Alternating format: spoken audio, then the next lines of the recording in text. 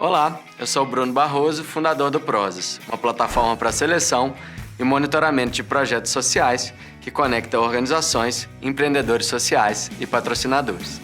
Nessa aula de hoje, eu vou dar um foco especial sobre os incentivos fiscais que podem beneficiar a sua ONG. No VOA, existe uma outra aula sobre captação de recursos que fala sobre como identificar possíveis patrocinadores. Vale a pena você ver. O conteúdo dessa aula de hoje foi preparado pela equipe do Prozas.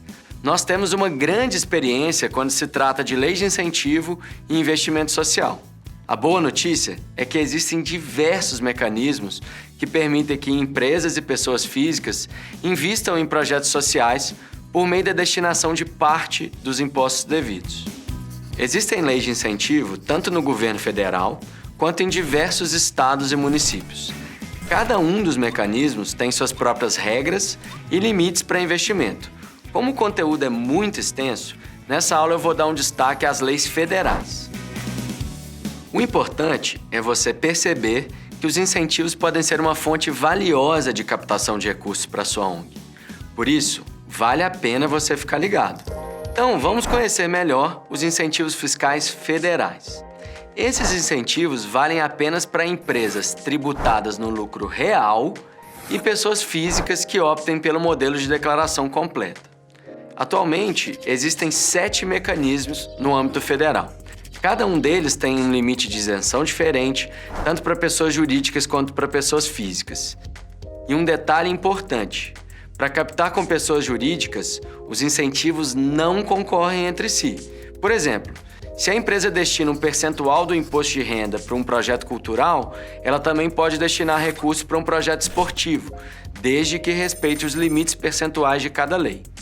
A única exceção, para ficar atento, é a Lei Federal de Incentivo à Cultura e a Lei do Audiovisual, que competem pelo mesmo percentual de 4%. Agora, se você estiver captando com pessoas físicas, aí existe uma competição maior.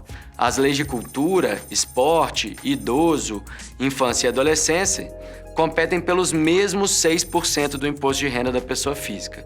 Já para os mecanismos de saúde, o PRONON e o PRONAS, as pessoas podem destinar 1% do imposto de renda para cada. Agora, dá só uma olhada nesse gráfico. Ele mostra o total de recursos usados em cada tipo de incentivo. Só fazendo um parênteses, que eu falei que eram 7 mecanismos, aqui tem 6, porque um dos incentivos a gente não tem os dados, que é a lei do audiovisual. Mas como você pode ver, esses mecanismos conseguem gerar um volume enorme de dinheiro que é usado para financiar projetos sociais. Em 2018, foram mais de 2,2 bilhões destinados por meio desses incentivos federais. A forma de funcionamento, é importante dizer, varia muito entre os incentivos. Basicamente, a gente vê 2 grupos de incentivos fiscais federais.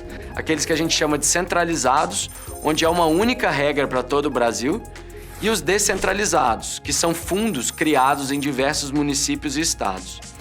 No modelo centralizado, a lei de incentivos segue uma mesma regra para todo o Brasil. O Ministério ligado ao governo federal é responsável por criar a legislação, aprovar os projetos, cuidar da fiscalização e da prestação de contas. Como, por exemplo, a Secretaria Especial de Cultura para a Lei de Cultura e o Ministério da Saúde para o PRONON e o PRONAS. Nesse modelo, a empresa escolhe um projeto aprovado e o recurso é depositado diretamente numa conta vinculada ao projeto selecionado.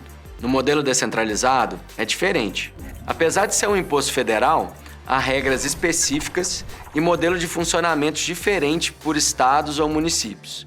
São os casos dos fundos do idoso e da infância e adolescência. Nesse caso, cada fundo é gerenciado e fiscalizado por conselhos locais em cada estado ou município, que se encarregam de aprovar os projetos e a prestação de contas.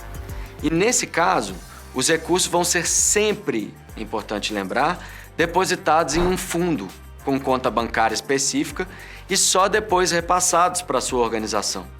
Esse repasse geralmente só ocorre depois que você aprova um plano de trabalho num edital lançado pelo Conselho. Deu para entender, né? Agora vamos falar um pouco mais sobre essas leis federais, começando pelos 2 fundos que atendem a importantes segmentos da nossa população: o Fundo do Idoso e o FIA, Fundo para a Infância e Adolescência. O objetivo do Fundo do Idoso é incentivar ações voltadas para o público idoso em diversos segmentos, como saúde, cultura, lazer, entre outros. Ele busca atender aos direitos estabelecidos pelo Estatuto do Idoso de 2003. Já os fundos para a infância e adolescência são voltados para fomentar ações voltadas ao público infanto-juvenil, conforme estabelecido na Constituição e no Estatuto da Criança e do Adolescente. Esses dois fundos têm alguns aspectos em comum.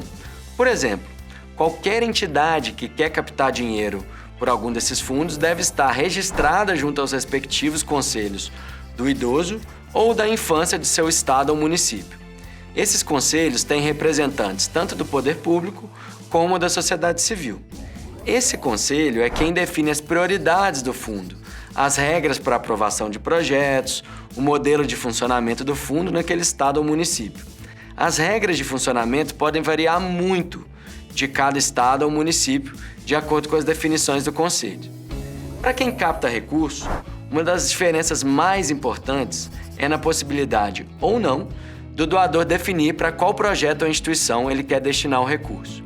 Geralmente, a gente vê dois modelos que os fundos costumam trabalhar. Na destinação dirigida, o doador doa recursos para o fundo, já escolhendo qual projeto ou qual organização ele quer que o dinheiro seja destinado.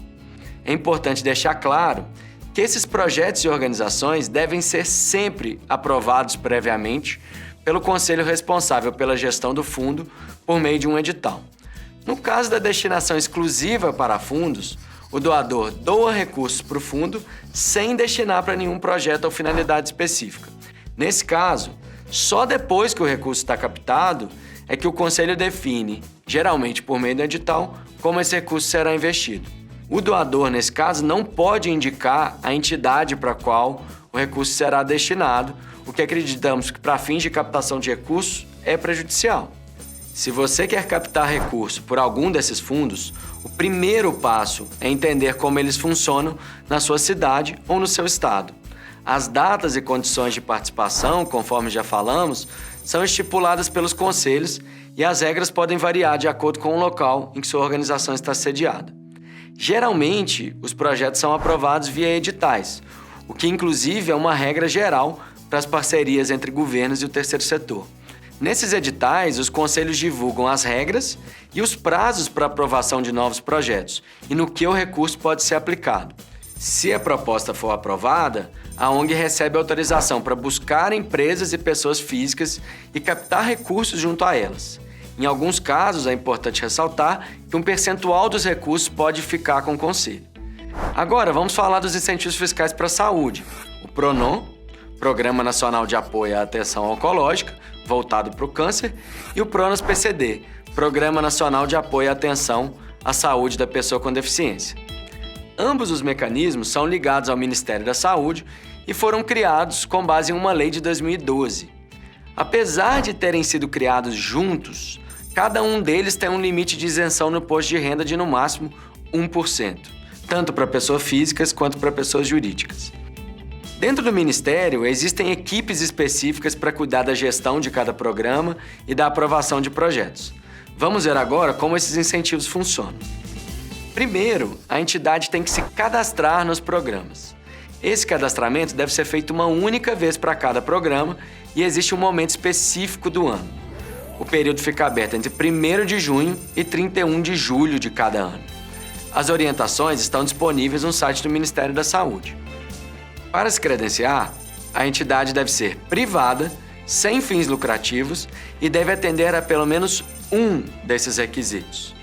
Possuir o SEBAS, que é o Certificado de Entidade Beneficente de Assistência Social, ser qualificada como OS, Organização Social, ser qualificada como OCIP e um detalhe importante, especificamente para o PRONAS, existe a possibilidade também de você enviar projetos se for cadastrado no Sistema Nacional de Cadastro de Estabelecimentos de Saúde. Mas, nesse caso, é preciso apresentar junto uma declaração do gestor local atestando o atendimento direto e gratuito às pessoas com deficiência. Depois de cadastrada, a entidade pode enviar até 3 projetos por ano para o Ministério. Uma resolução conjunta dos Ministérios da Saúde e da Fazenda define um teto de recursos que pode ser utilizado por ano e que impacta também o valor limite dos projetos apresentados. O período de inscrições de projetos varia de ano a ano e até 2019 dependia dessa portaria interministerial. A partir da data de publicação dessa portaria, as organizações cadastradas nos programas têm até 45 dias para enviar seus projetos. Só para você ter uma ideia, em 2019, a portaria foi lançada em 2 de setembro e o prazo para envio de projetos foi até o dia 16 de outubro. Ou seja, o prazo é curto, mas vou reforçar, isso pode mudar de ano a ano. No ano passado, o teto por projeto foi de cerca de 7,8 milhões para o PRONON e 5,9 milhões para o PRONAS-PCD. Isso dá uma ideia do volume de recursos que é possível captar com essas leis de incentivo. Muito bom, não é? Os projetos costumam ser aprovados no início de dezembro e as entidades têm até o final do ano, ou seja, menos de um mês, para captar recursos junto a empresas e pessoas físicas. O prazo é muito curto, mas costumam faltar projetos. O valor aprovado pelo Ministério costuma ser bem menor do que o potencial de investimento das empresas. Mas é importante ficar atento. Somente quem captar pelo menos 60% do valor do orçamento aprovado pode executar o projeto.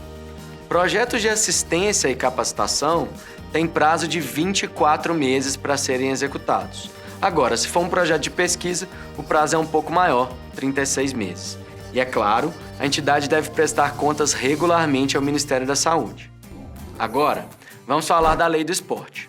A Lei do Esporte foi criada em 2006. Mas para que serve essa lei? Bem, o objetivo dela é financiar projetos esportivos e paradesportivos com base em 3 eixos: rendimento, participação e educacional. Vamos falar um pouco sobre cada uma dessas 3 frentes. A modalidade de rendimento são aqueles projetos voltados para a obtenção de resultados esportivos, em modalidades que seguem regras internacionais e nacionais.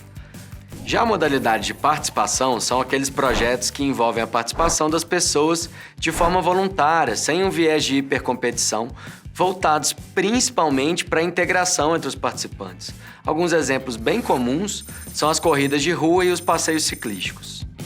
Por fim, a modalidade educacional, como o nome já diz, são aqueles projetos que usam o esporte como ferramenta de transformação social e é voltado para alunos matriculados em instituições de ensino.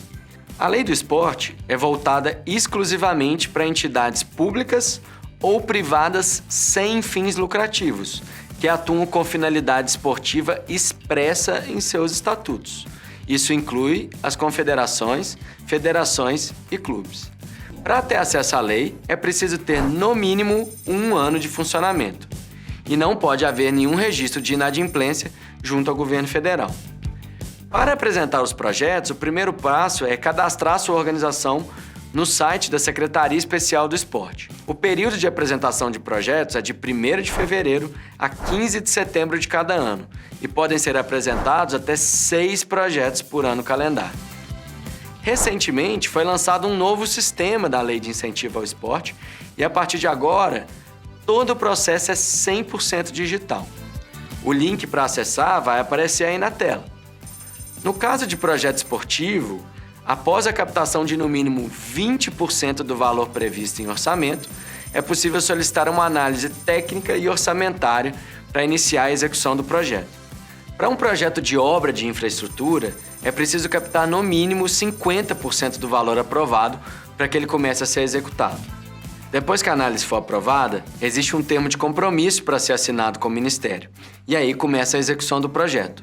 É preciso fazer prestação de contas parciais durante a execução do projeto e, no final, é feita uma prestação de contas total. Bom, falta falar ainda da Lei Federal de Incentivo à Cultura, que durante muito tempo foi conhecido como Lei Rouanet.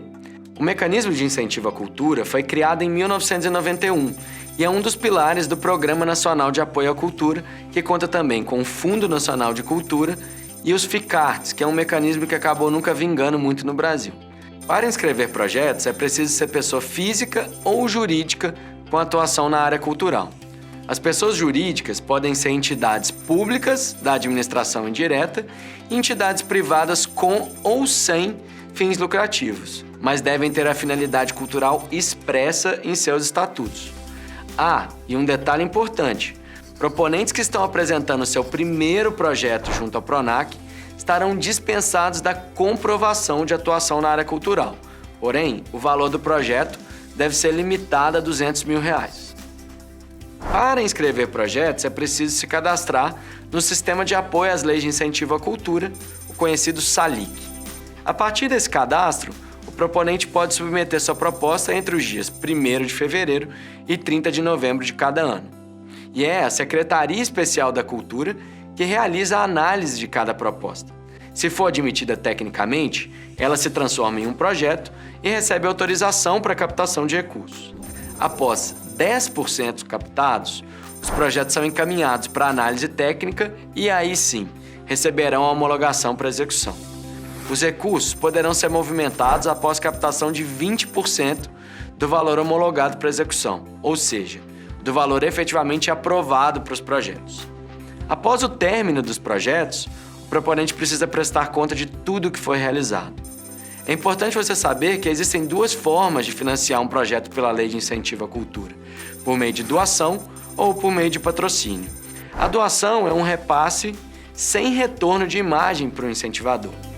Já o patrocínio, que é o mais comum de acontecer, é um repasse com retorno de imagem. Isso quer dizer que o patrocinador pode inserir sua marca nos materiais de comunicação do projeto e ter outras contrapartidas de visibilidade. Agora, tem um detalhe: existem diferentes faixas de renúncia fiscal para os apoiadores de projetos culturais. Projetos que estão enquadrados no artigo 18 da Lei 8.313 de 91 permitem a restituição de 100% do valor financiado. Já no caso de projetos enquadrados no artigo 26 da lei, aí é diferente. O percentual da restituição vai variar conforme a natureza do apoio, se é doação ou patrocínio, e se o apoiador é pessoa física ou jurídica.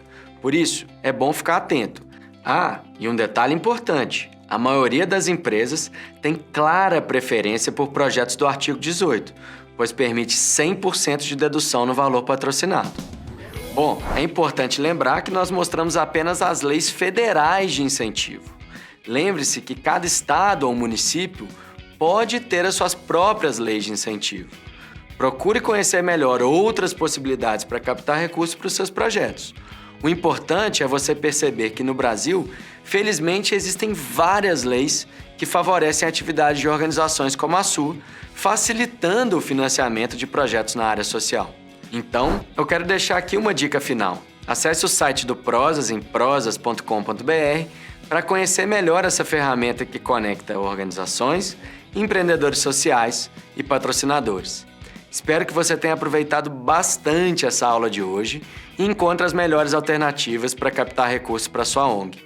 E não deixe de ver os outros módulos do Voa, ok? Lá tem muitas informações úteis para você. Um grande abraço!